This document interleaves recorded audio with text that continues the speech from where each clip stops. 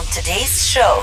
So we were in this weird position. We had a few $1 million in the bank, had this big team, and we were basically like shut down. Yeah. And so the question was like, all right, what are we going to do? Right. And so we called one of our board members, Mike Maples, who was the seed investor in Twitter and had built some really cool companies on his own, and kind of laid it out to Mike. And Mike's like, well, guys, like, build something else. That's amazing. And we're like, well, Mike, like, we just learned that like the business like can't work and like it's illegal maybe. And he's like, oh yeah, I don't care. Like, he's like, listen, what's most important about building a company is you got to build a great team.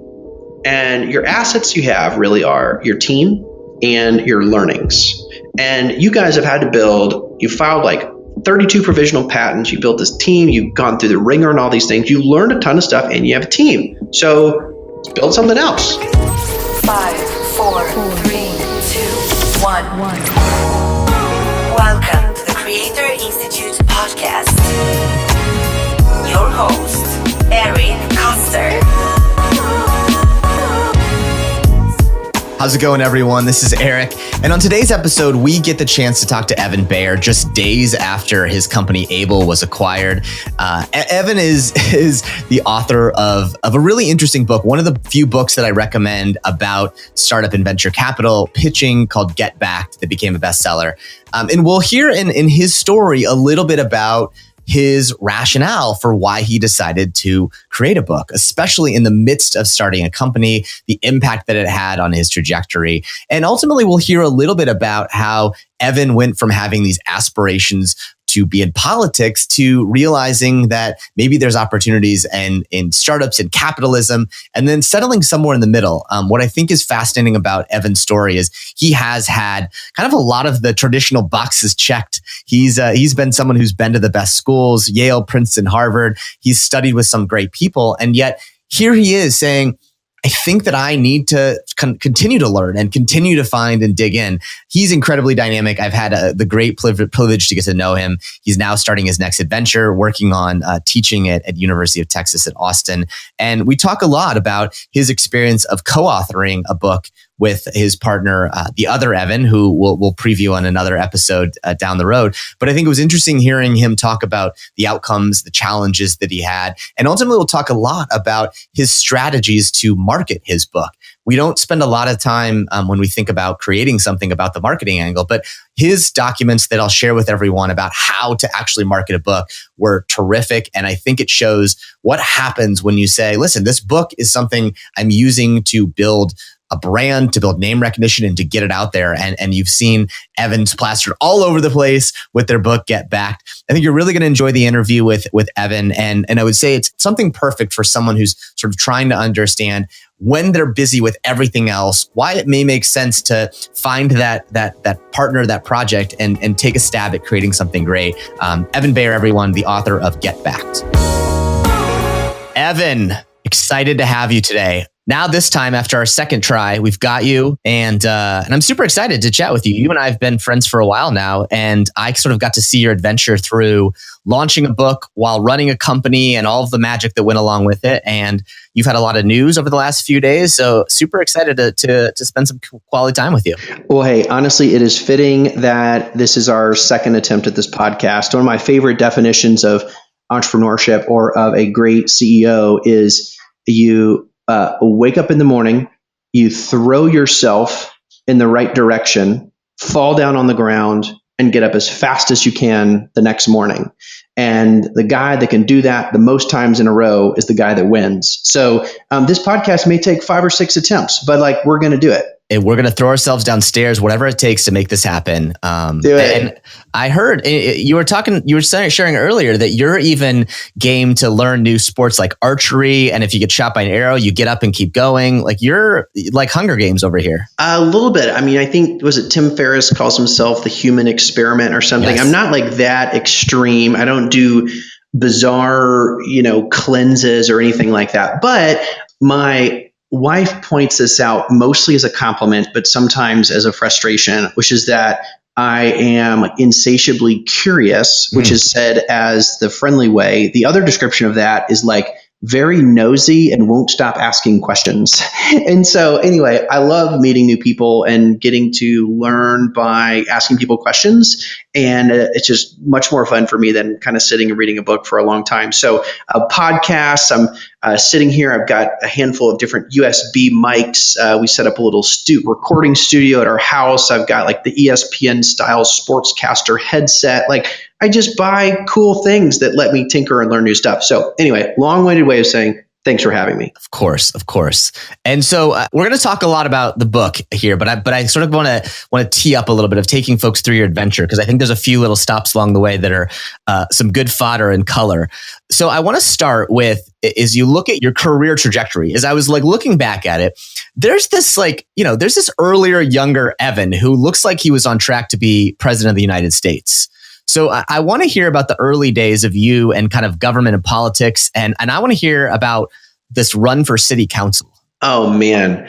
I think I'm going to need a whiskey and a couch for this one. This will be fun. Well, I used to want to run for office, and then I met myself. And no. So quick version of it is I grew up in a beach town in Florida. And honestly, growing up, the only person I knew in business was the owner of a local car dealership. And I wasn't particularly into cars.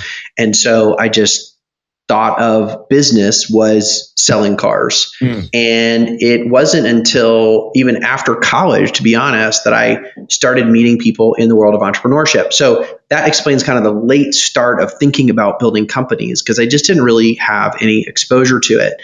On the other side, which was sort of the political government front, was I grew up with a down the street neighbor was Joe Scarborough, who was our member of Congress and later, media phenom. Yep. And I kind of thought that if you cared about the world around you, what you did with your life was stuff related to law and government. And that was just a worldview that I didn't know any alternatives, and that one seemed pretty good. And so I really ran after that, did a lot of debate and public policy stuff in high school, and then in college, spent all my summers in college in Washington, D.C., working on public policy, and found that work largely pretty interesting. So your question about the city council run. So Princeton, I was at Princeton University for undergraduate, and there is a little town of Princeton, and there is a city council, as it were, technically a borough council, because New Jersey has boroughs, not cities. And the history was that no students had ever been elected to the borough council, and a few additional issues were coming up for what we called town gown relations, which was how well does the university deal with the town? Right. And largely, many of them were things like, if you were really drunk on Main Street as a student, like, could you be arrested? Right. Was like the question.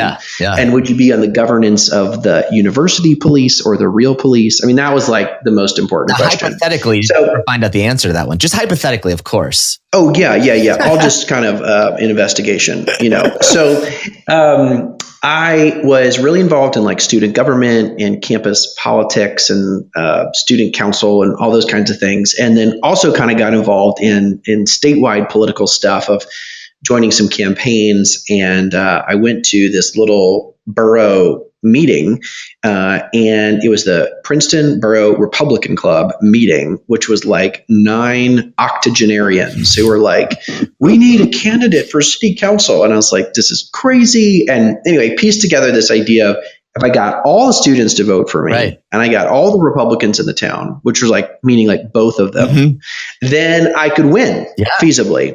And so set out and ran this campaign. Do we have like a slogan that was like, does something like, I got to hear, you're like a marketing guy and you get the word out. What was the slogan that you would chant? What can I chant whenever I see you going forward? Well, let's be clear that I did not win, which may be explained by my lack of marketing savvy. So what was the slogan? I mean, that we printed a bunch of yard signs and a bunch of stickers, and they were basically Baehr for council, as inspiring as that is. And I mean, kind of what was interesting from a marketing perspective there was, so it was a partisan election technically. Many city councils are not partisan, but this was partisan. So you actually run as, affiliated with the Republican or Democratic Party. And not surprisingly, most of Princeton students are Democrats and never vote for Republicans. And so the marketing challenge was sort of like, can I actually persuade someone like, all right, Eric, I know you're a lifelong Democrat. You're never going to vote for a Republican, and that's okay. You have a choice in front of you, which is you vote for this old guy Democrat in the borough who is annoyed at the university and wants fewer kids doing stuff in town, or you vote for me to represent students on the council. So that was kind of the challenge to get people over the hump of voting for the first time, which is on a straight party ticket election ballot is very difficult because in New Jersey at the time, there were literally two levers. There's like a lever at the top of the Democrat column and a lever at the top of the Republican column. You pull one lever and it votes straight down the ticket for you. So down ballot, meaning like lower level elections, it's really hard to get people to cross parties there. So to jump to the punchline, we got the whole school united. We were all excited. We organized buses to get a lot of students out to vote in this spirit of civic engagement. And it's really important to get everyone out. And the day of the election, the university president cancels the buses. No way. Driving turnout way down to like a third of what we anticipated. And I lost by a significant margin. It's a good news though, right? It's a good news, bad news story. Oh yeah. I learned so much from that whole thing about bipartisanship and rallying troops and managing volunteers, messaging.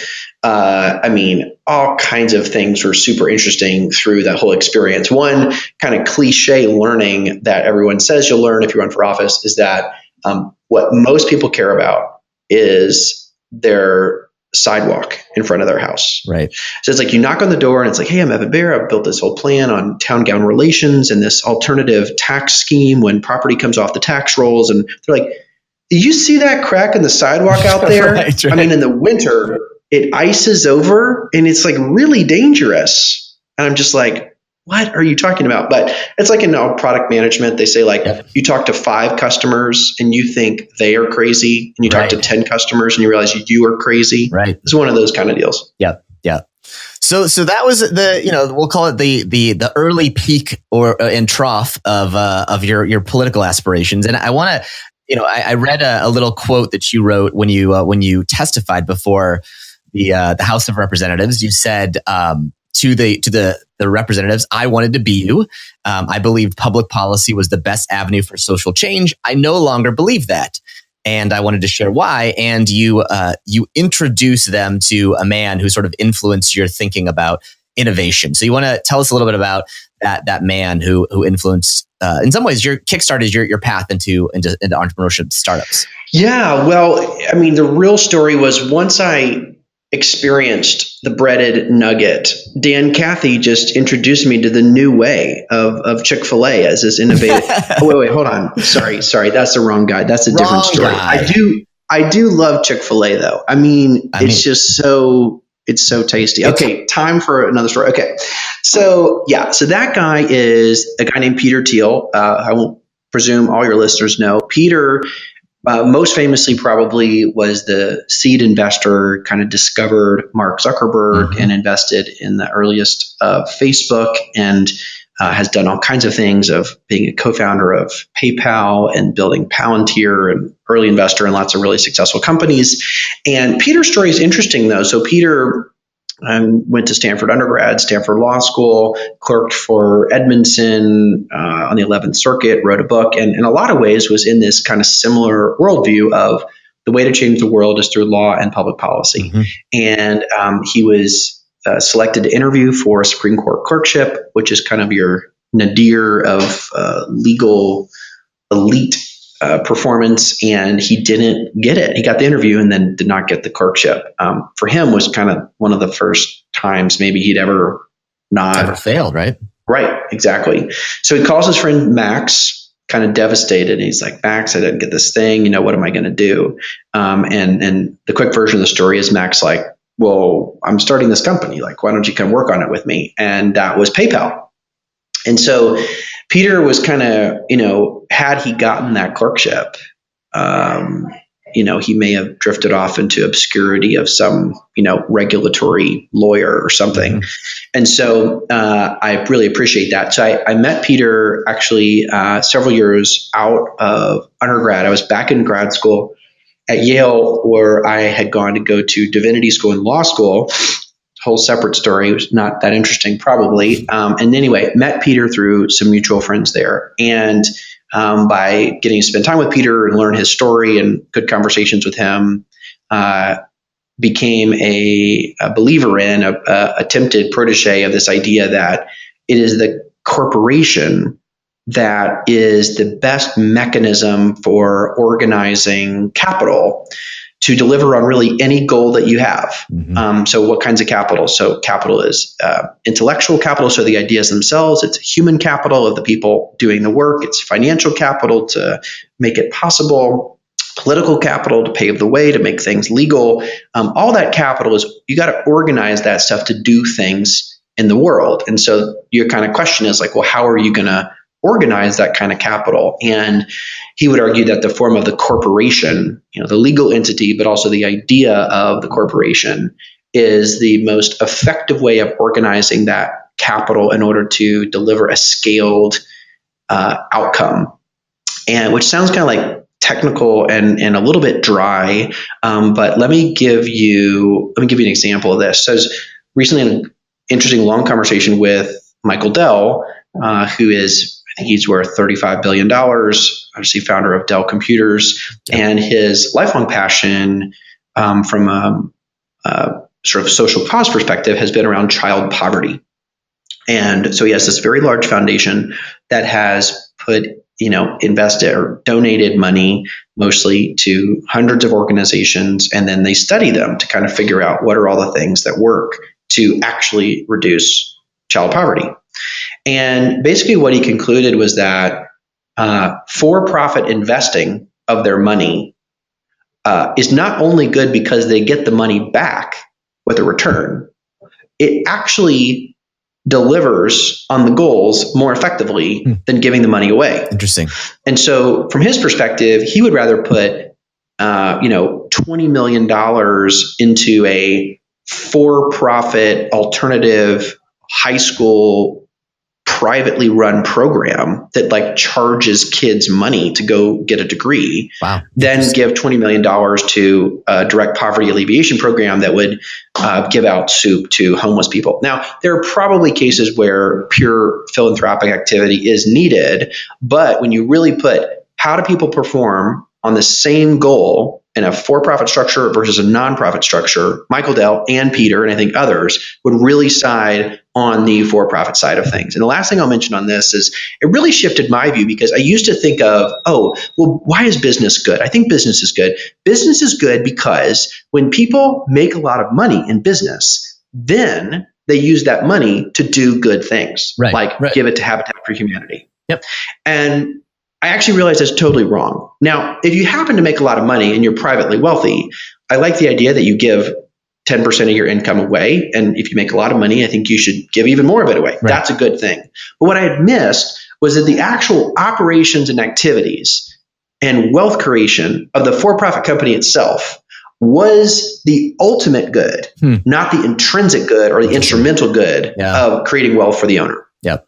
Yeah, that is fascinating. And I think it's it's an interesting thing too, that even when you look at like Bill Gates and Warren Buffett, two of the, pentultimate, entrepreneurs have sort of realized that the Gates Foundation, which operates a lot like a for-profit entity, just with a different mission behind it, is very much data-driven and focused on impact and outcome, as opposed to sort of the traditional metrics that we oftentimes look at. Really interesting. So totally agree. So wrap that, met Peter, learned about that worldview, and that really challenged me. And I was just kind of at this inflection point of like, am I going to become a lawyer? What am I going to do? And then got to go build this data company, kind of working for and with Peter as like this bizarro first introduction to entrepreneurship. And I was just like blown away. Like, this is fascinating. You take risks, you try stuff that is likely to fail. Yep. It was just a totally different way of thinking, which I personally came to appreciate a lot more at the general level, but also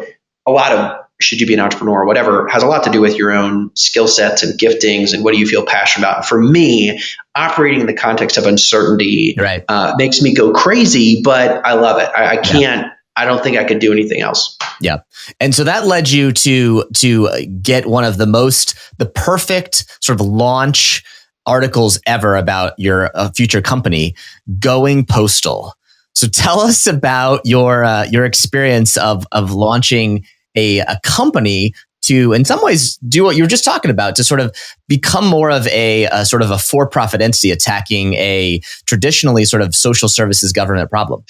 So I was in business school. So I built this company working for Peter, later thought business school would be interesting, which it largely was, met some really fascinating people there. And a good friend and I were really interested in the work of Clayton Christensen, who kind of coined the phrase disruptive innovation, but more importantly, built this kind of massively groundbreaking set of theories about how disruption happens. And so how do we explain that roughly of the Fortune 100 companies, I think 5 of them were there 100 years ago. It's like super interesting to look at how that all gets destroyed. Right. So we were interested in that topic, and we're interested in saying, okay, given that view of the world, how would you think about finding an industry that ought to be disrupted and build something specifically with the goal of disrupting it?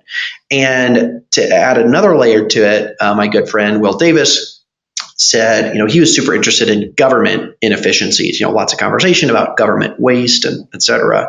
And so we kind of thought about different parts of the federal government and said, where could there be a better private alternative to something that the government does poorly? And we had both had a bunch of experiences with the Postal Service we moved a lot, you forward your mail, you get someone else's mail, you lose stuff, just a pretty rough experience overall. And we were like, that is in the target, and let's run after it and let's build something. So we spent a summer really using a lot of design thinking approaches out of the Stanford D School, which has a lot to do with customer ethnography and understanding, which is like, all right, let's set out and sort of try to learn about this problem. How do people think about postal mail? What do they like about it? What do they not like about it? What jobs to be done, which is a Christensen concept. What jobs to be done do people have with the Postal Service that are not being met? We spent a few months kind of doing some prototyping and said, all right, we have an idea of what this should be. Let's build an alternative, which led us to put together a deck and to raise capital and build this company to create an alternative, which was called Outbox. But the crazy part about it is that's like one of those people talk about. There's not enough big hunkin' ideas out there. I mean, you're taking a big hunkin' idea. The Postal Service, is a global phenomenon in a lot of ways, connecting all these international places. Did you ever did the enormity of it ever sort of get you to pause and be like, wow, we're biting off way more than we can chew here? It felt big because everyone we talked to had some pretty extreme reaction to it, which was great, which was like exciting. It made it fun to talk about. I think it made it easier to raise capital. Like most people have some horror story about the Postal Service. And so in that sense, it felt big. It was, many interesting, important companies today, like they're not publicly conversationally interesting because they solve some narrow particular problem. So it felt big in that sense. And yeah, we kind of knew we were setting out on something that was going to be really hard to make work and, face pretty decent odds of not working. Mm-hmm. And then, it sort of didn't, I guess, is sort of maybe the way to talk about it. But you sort of you had this moment where you sort of said, well, maybe there's something else we can do. Talk about that moment. So we built the app, which was basically like Google Voice for postal mail. So you sign up for us, you never go to your mailbox again. You'd get all the postal mail that was to come to your house. You would get it scanned like in a Dropbox or Evernote like application on your mobile phone or on the web.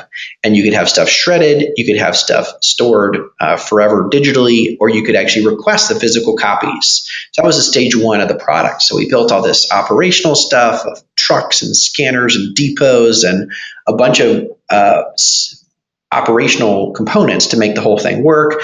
We're scaling, we're launching, we're getting decent customer traction, and then we get this call from the Postmaster General, who oversees 600,000 employees and 250,000 vehicles, and they have a police force of 6,000 people that is crazy. It's a massive, huge entity. And in this conversation where we thought we were going to ink our big expansion deal, he basically says, well, two things. The head of innovation, seated to his right, says, the problem with Outbox is no one will want it because digital will only work in Europe. And we were just like, what? How does that even make sense? Your job is digital innovation. For your own sake, bro, don't sandbag your own title. And then the postmaster was interesting. He's a smart guy, and I understand it. I'm not sure I would really think about it differently were I him. But he said, well, the problem is the people you're serving are not our customer. You're serving the American people, and the American people are actually our product. And we sell access to the American people to the volume mailers. Interesting. And what you're trying to do actually flips around and serves a different customer. And so of course we can't do that with you. We can't serve you directly. So that was the end of that business. That's a fascinating insight. You couldn't, I don't know, you probably could have never figured that out unless you really made them sweat a little bit enough to sort of admit that to you even. Yeah. Well, I appreciated his honesty. He could have done it a lot of different ways of basically saying, offer any of fake explanations as to why they don't want to partner or just sandbag the protocol or whatever. But he was really honest, which was super helpful. So we were in this weird position. We had a few $1 million in the bank, had this big team, and we were basically shut down. Yeah. And so the question was all right, what are we going to do? Right. And so we called one of our board members, Mike Maples, who was the seed investor in Twitter and had built some really cool companies on his own, and kind of laid it out to Mike. And Mike's like, well, guys, build something else. That's amazing. And we're like, well, Mike, we just learned that the business can't work and it's illegal maybe. And he's like, oh yeah, I don't care. He's like, listen, what's most important about building a company is you got to build a great team. And your assets you have really are your team and your learnings. And you guys have had to you filed 32 provisional patents. You built this team. You've gone through the ringer and all these things. You learned a ton of stuff and you have a team. So let's build something else. So to Mike, it was just a no-brainer that you just keep the money that you have and you go build something totally different. And so with that kind of permission, it was around a holiday, I don't know, 4 years ago. And we called every investor, which we had done a small portion through an AngelList syndicate. So it added an unfortunate 40 additional people to the call list. And so we went through that. Yeah. And we're just sort of here's the deal. Here's what happened. We're hungry to kind of go build something else. And they're like, what are you going to build? And we're like, we have no idea. And so this is trust me, let me keep your money. And so they all said listen, y'all have a great team, go build something else. And that set us out on this bizarre and wild 12 weeks of basically trying to go from insights and experiences we'd had in building Outbox into coming up with something totally different to build. We used a lot of the Stanford D School design thinking approaches. We built these little sprint teams where we'd basically run Monday through Thursday, investing a set of hypotheses. On Friday, everyone would give a pitch, 5 slides. The 5th slide was, and here's something crazy. And almost every week when someone presented something crazy, we were like, let's do that thing. And so each week we kind of, the first few weeks, there's super volatile. You're all over the place. And we got a lot of excitement midway through that with this interesting approach, which I share not as a compliment to us, but to Mike Maples, who kind of shared it with us, which is he's interested in what he calls hyper trends, which he thinks are nascent consumer trends that will likely shape the next decade. And one of his more recent ones is 3 years ago, which is why he invested in Lyft, was his observation about a culture of non-ownership.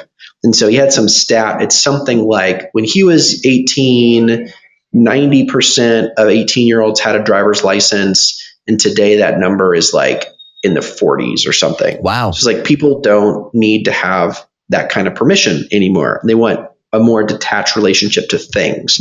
So if you believe that to be true, then you'd get excited about a lot of investments that play into that thesis. And so the hypertrend thesis we were playing around was this idea of collaborative consumption, which is the concept developed by Yochai Benkler, a Harvard economist. And the observation is that technology has enabled the coordination of crowds in ways to outperform the brightest thinkers the history's ever known.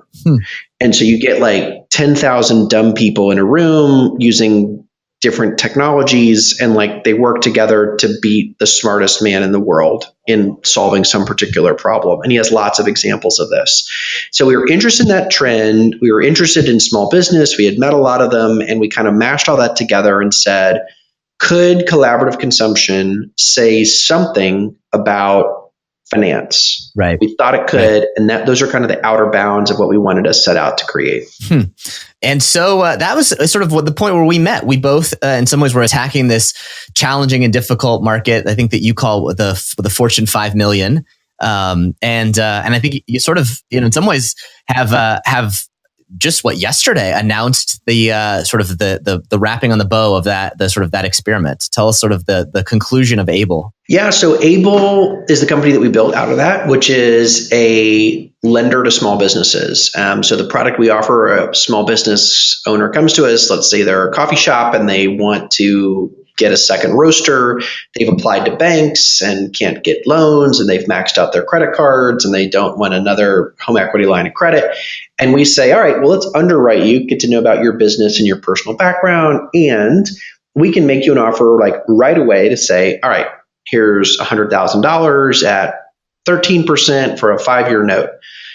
Or if you're willing to spend some more time and recruit some people that know you to be lenders to you along with us, we can actually give you better terms, give you more money or lower rate or longer term, et cetera.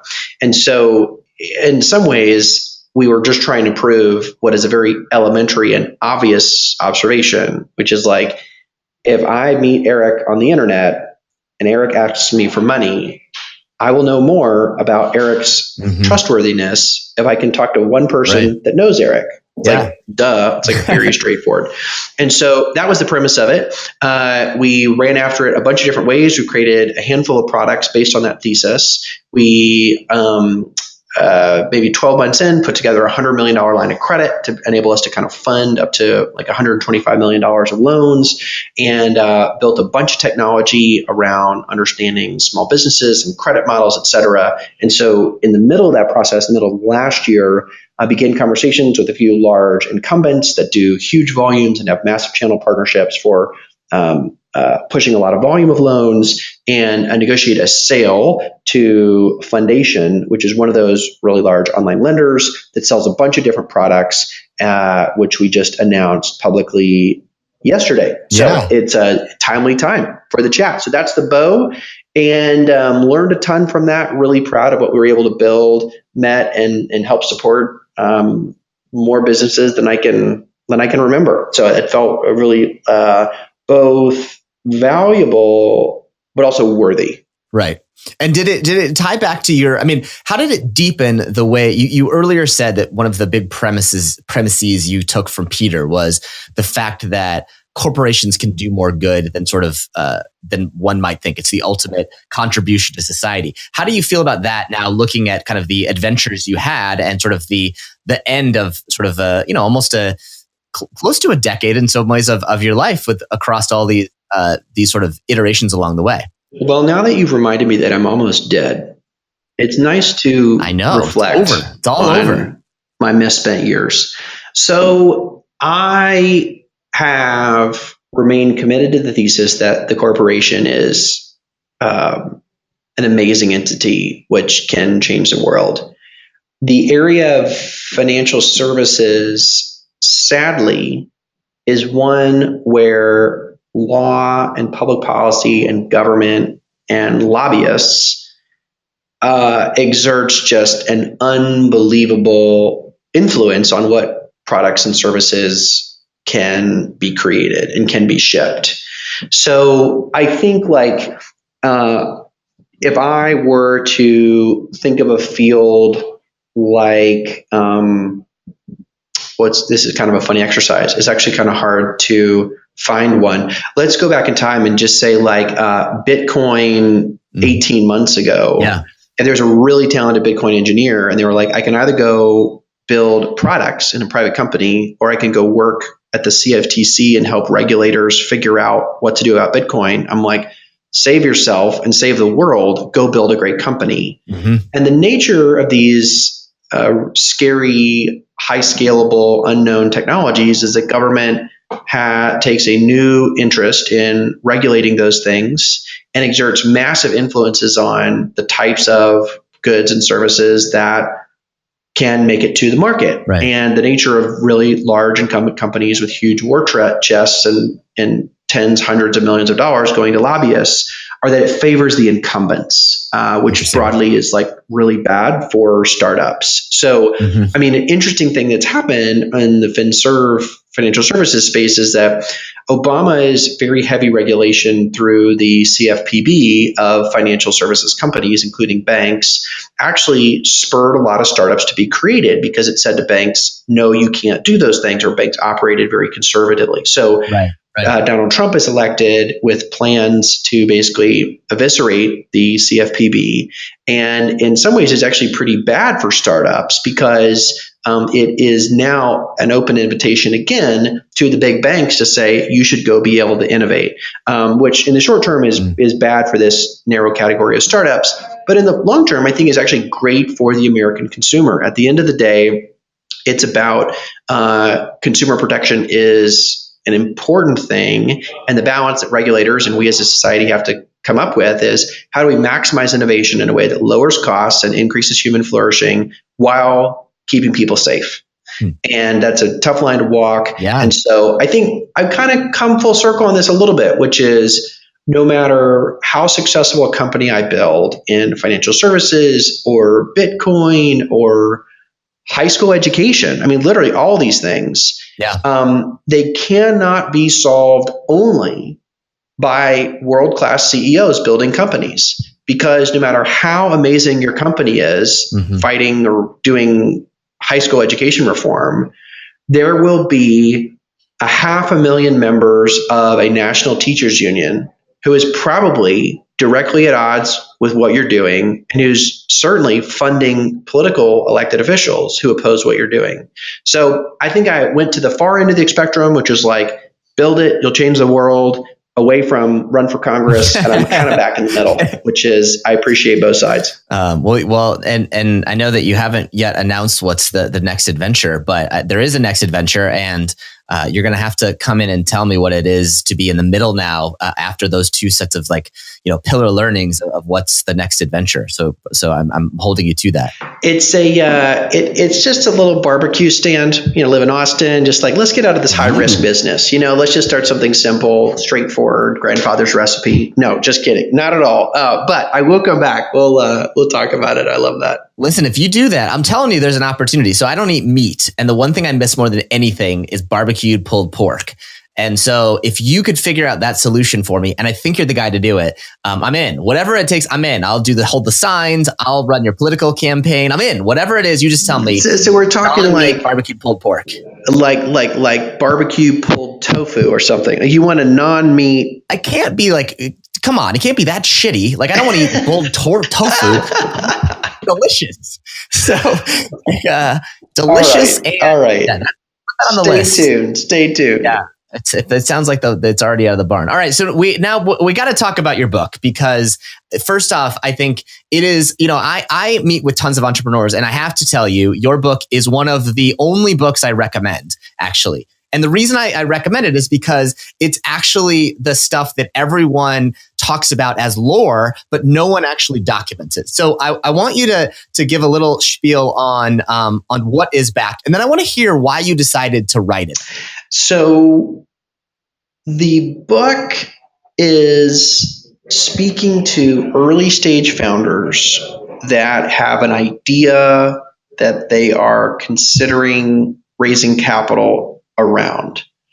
And the book is in two parts. The first part is a handbook for creating what we call a pitch deck, set of 10 to 15 slides that lay out the basic case for the business and kind of therefore why someone would want to invest money in the business.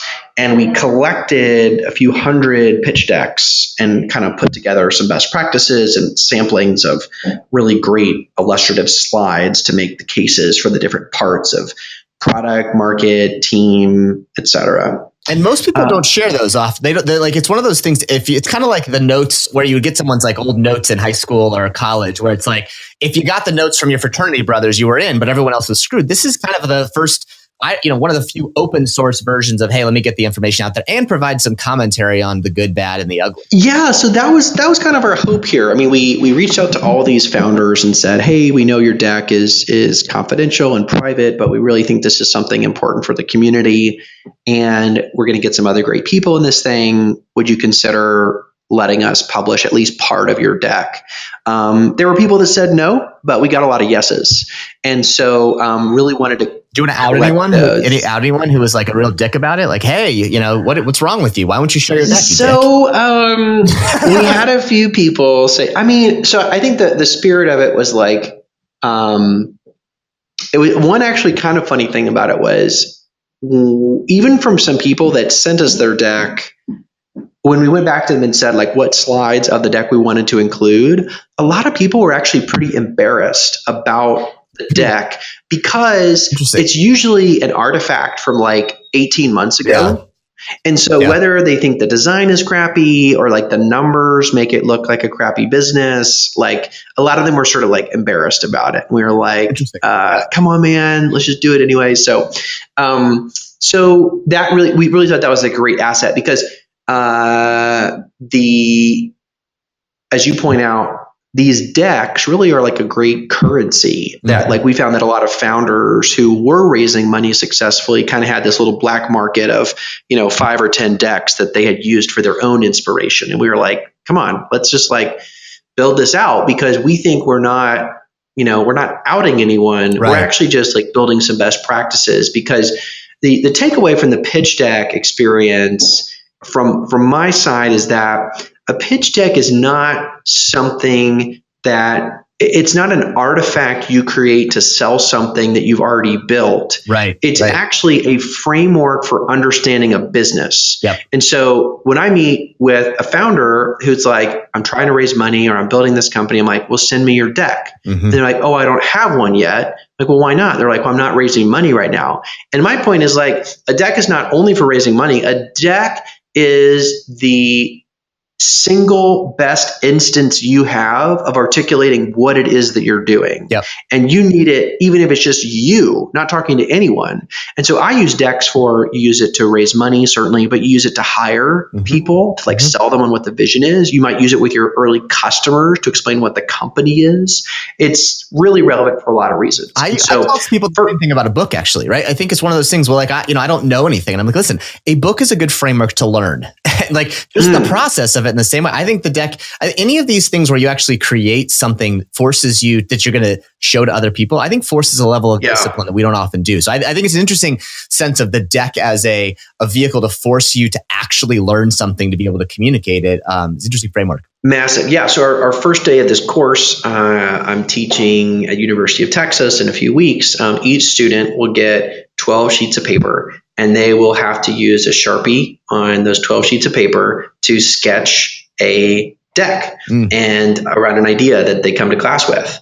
And they'll say things like, well, how could I create the team slide? Because I don't really have anyone on the team yet. And my point is, okay, well, let's imagine what needs to be on the team slide to be persuasive. So draw some like head shapes and make up some names. And let's list what the titles would be of the team you would need. Interesting. So you're going to have the head of product and you're going to have someone who's an engineer and a designer, whatever it is. So let's like use this 12 sheets of paper, some with giant white spaces on them to remind us what it is we actually need to do. So what's the story you want to tell? Right. So that's the first half of the book. Second half of the book says, now that you have this deck, what are you going to do with it in order to raise capital around it? And we call that running a roadshow, and try to take a bit more like a human approach. We have this concept called intro, invite, delight, connect,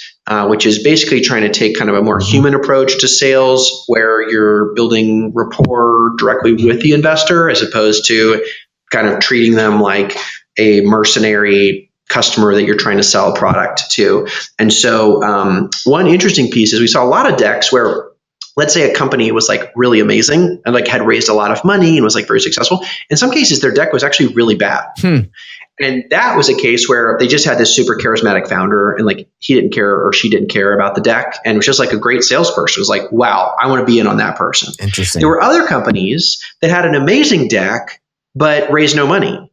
And that could be like, there's no charisma, they don't tell the story well, or they like ran a really bad roadshow. So equally important to the beautiful artifact you create is, now that you have this thing, what is your process for selling this thing, which is usually the form of a sale of a security of equity in your company, to some set of yet to be defined people that you hope to get money from? And the question that was why did you decide to write it? I mean, it's not like you have young kids, I think at the time, young kids, and you've got a startup, and you're a busy dude.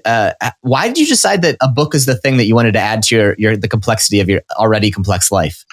Well, we are really accidental authors. My really good friend, Evan Loomis, co-author of the book, we have been friends for a long time, and we kind of two things came together to lead us to think about writing a book. The first was we were both taking several meetings a week with green young founders that wanted to raise money. They're like, you guys have raised money. Would you help us, give us feedback on the deck? And that meeting would take an hour. You'd vomit all this information on them orally. And it was just like really inefficient to do that. It wasn't that helpful to them and wasn't scalable for us to take all those meetings. So we said, okay, let's try to write down some of the stuff that we're thinking about. We didn't really have very high views of ourselves. We didn't think we really knew that much until we met all these people, which then actually showed us that we actually knew a lot, at least relative to all these other people. So that was the first point, was like, hey, how do we get out of taking meetings? That's the first point. The second point was we really like hanging out, and we kind of wanted a project to work on together, and said, hey, if we kind of commit to do this together, that will be like a weekly touch point for us collaborating. And it was really fun to work on it together. It's awesome. And so one of the things that you shared with me that I thought was perhaps one of the most amazing artifacts that I've seen around the book launch itself was your launch plan that you call Launching Back 10 Strategies to Reach the Stratosphere. And in it, you talk a lot about how you were going to invest your own capital into it. Many people don't even think about this concept of like actually launching the book as like you have to build this plan around it. How did you come to realizing that there was so much more than just writing a great book to sort of actually launching it as a product? Yeah. So we were writing this book, and we didn't really know what it was going to be. We didn't know anything about publishing. We didn't have an agent. We were like, maybe this would just be a set of like PDFs that we could email to people. We kind of had no idea what it was going to be. And so we had the whole thing designed, like ready to like go print at Kinko's. And then I was like, let's just email it to Harvard for kicks. So I emailed it to Harvard, and they were like, the acquisitions committee, which is like people looking for new products. They were like, we've been looking for something around pitches. This is perfect timing. We'd love it. It's amazing. And we're like, what? This is crazy. And so the questions they ask you are basically, how many did you sell of the last book you wrote, which is difficult as a first-time author? And then they say, like, how many Twitter followers do you have, and how many emails are on your email list? And so they're really not that interested in the content of the book. And they're much more interested in how many books are you going to sell, which was very foreign to me. So we put together the best case we could, which was like, here's our social media stuff, and here's kind of a plan. And they came to us with this can be public. They came to us with an offer of $50,000 as an advance for the book. Now, a book advance is a weird calculation of basically their projected royalties. So it's not about them being generous. It's actually about them building a model to say, how many of this book do we think that we will sell? And they try to give you the advance about to match the royalties based on their projected sales. But my assumption was that they build that model because they know how to sell books and they put budget against it, right? Yeah. So like for every book dollar they sell, they get 80 cents roughly. So it's like, in theory, they should spend 79 cents per book dollar to get the 80 cents. Right.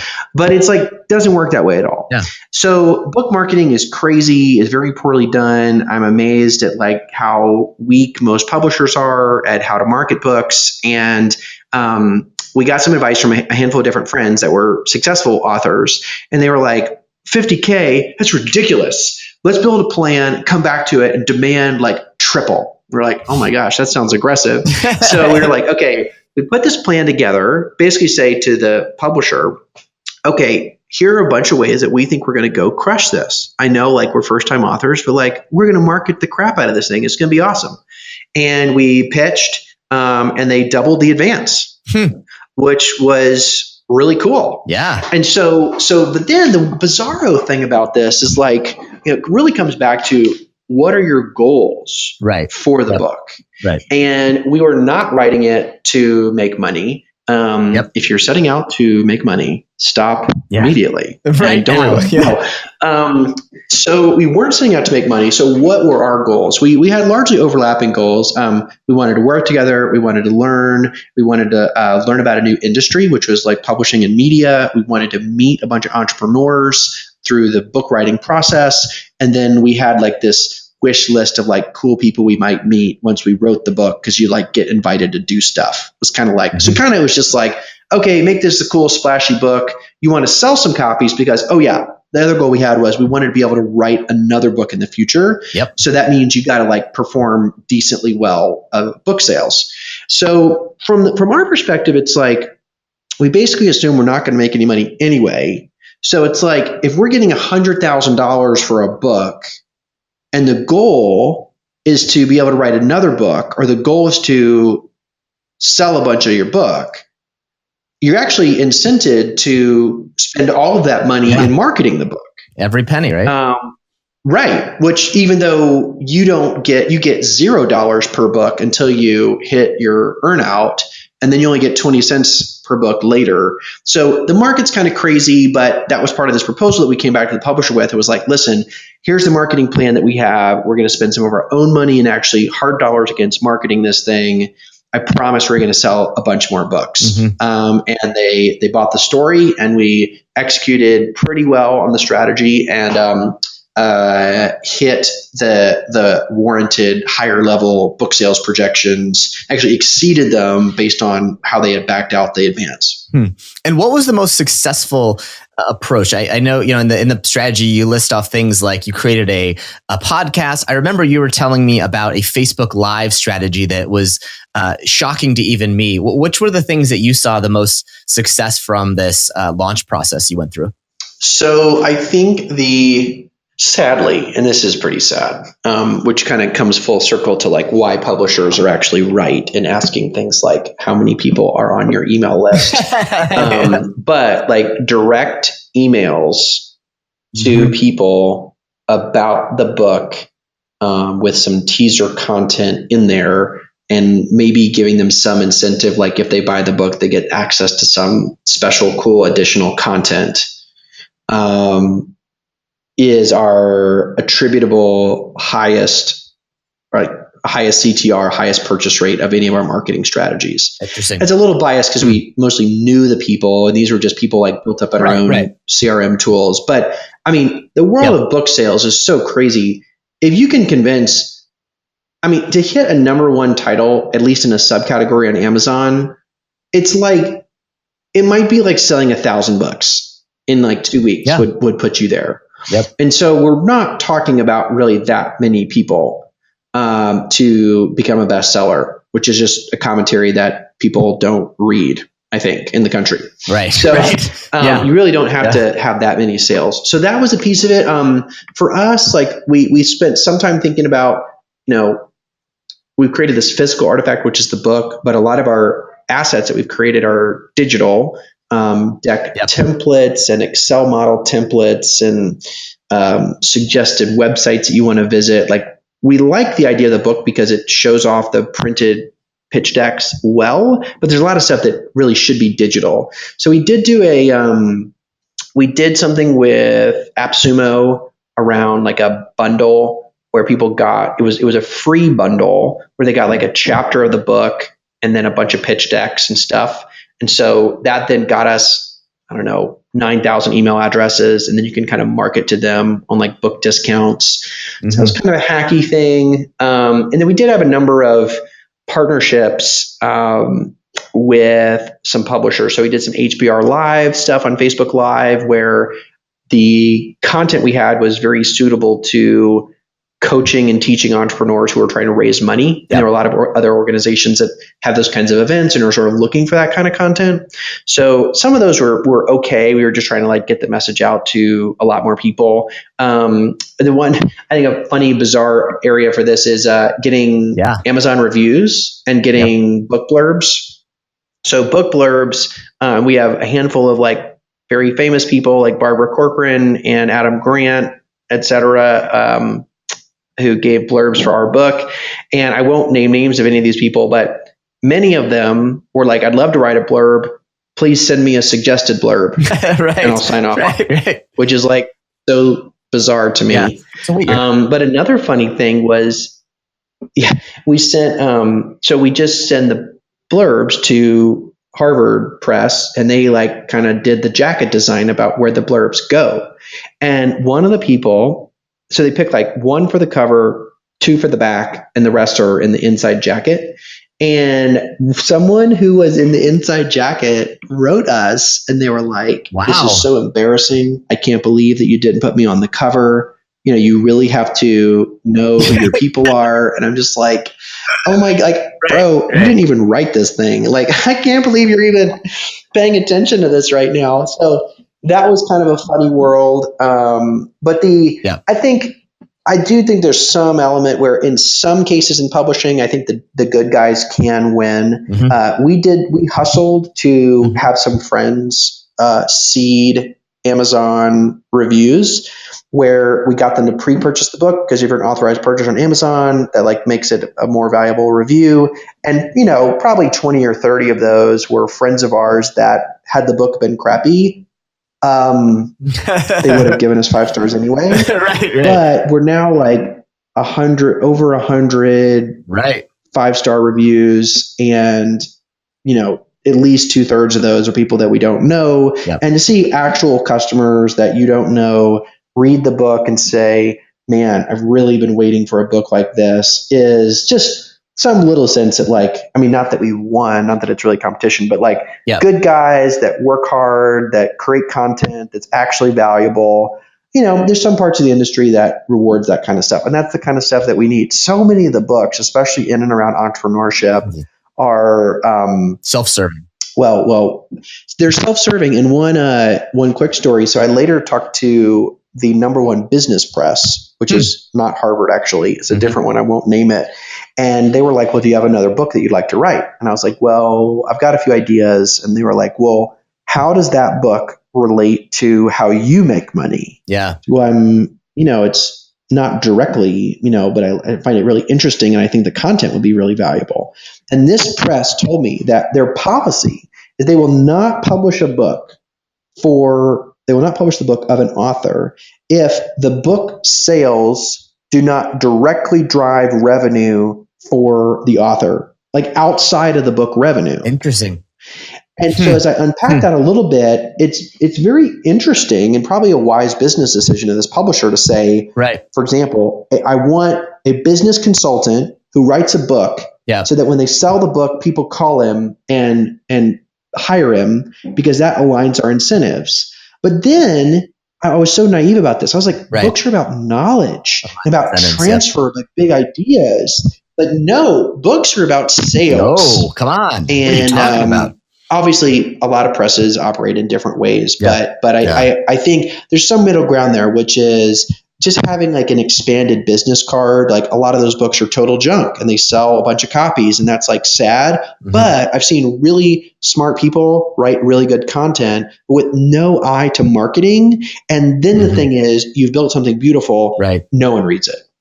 No, I agree. And I think, to your point, I think a lot of this is, as you said, you set out with an opportunity to work together, an opportunity to provide knowledge. And I think at the end of the day, would you see yourself differently? Do people see you differently now than after the book has come out? Do people lead? I was reading somewhere that someone described you not first as an entrepreneur, but author and entrepreneur as in a bio. Is that sort of weird for you to see a little bit? Yeah, I mean, the especially strange part is the best-selling appellation in front of author, which the whole thing is just like, if you knew how many books it took to be a bestseller, you would not think that's impressive. But I mean, that's a real,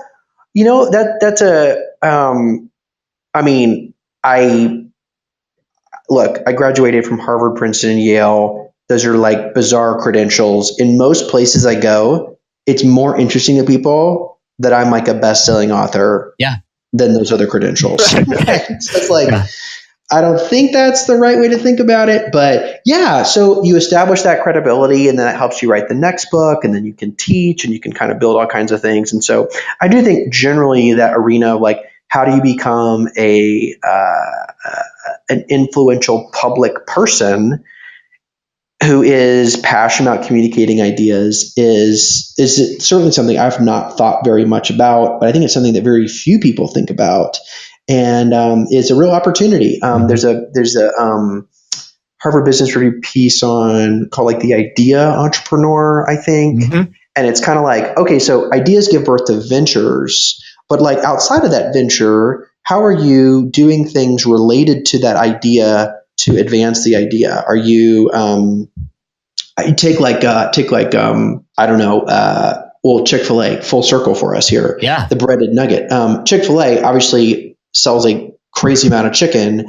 They do all sorts of things related to their core mission. They run a foundation. They run high school training programs. They created a coffee roaster. They write books. They do all this stuff that's about advancing ideas that they're super passionate about. So profit becomes the condition for the growth and continued success of the business, but it's kind of like only the it's necessary, not sufficient condition for actually influencing on behalf of those ideas. And that's actually hard to figure out, but really important to wrestle through. Yeah. Yeah. And has this changed the way people see you? I mean, obviously you're now teaching at Texas, at Austin this year. Do some of these things open new opportunities for you that were surprising to you? Well, I got these like 1-inch shoe inserts. And so people kind of look up to me a little bit more. It's kind of like a power pose thing. Amy I still only look up to you. Big on that. So has it changed? I mean, I don't know. I think my friends definitely like roll their eyes a little bit more. I think, I don't know, like people that I already knew were excited about it and supportive of the project. It definitely, doing public things like this, podcast or a book or a TV show or whatever, open you up to the world of like public influence, where you're communicating with people that you have never met. And that's its own kind of weird, interesting, cool thing. We got a great photo of a stay-at-home mom who had 2 young kids in Atlanta and had been working on creating this little bakery business that she wanted to get off the ground. And she sent us this picture of the book, Get Back, open with like 50 colored Post-it notes in it with jotted notes down on the side, and said that she just got her first like small investment from someone else to make this bakery possible. And that's the kind of like, as a author, I only need 2 or 3 of those stories to affirm like, man, this was really valuable. It's those little stories about people that, but for the book, you would not have gotten the chance to directly help, that keep me, waking up in the morning, getting fired up about what I get to do. Well, sir, thank you so much for the time. This is awesome, and I really appreciate it. And I think this may actually be entertaining for other people, which is it's entertaining for us, which is good. Good. Well, hey, our moms, wives, and each other will enjoy it. So if we solve the listening needs for 4 or 6 people, it's a win, and maybe a few others. But hey, this is a ton of fun to be here. Thanks for having me. You're welcome, and I'll still support you when you run for city council next time too. Well, let's hopefully we get a victory in the next one. Campaign manager Eric Koester signing off from my man Evan.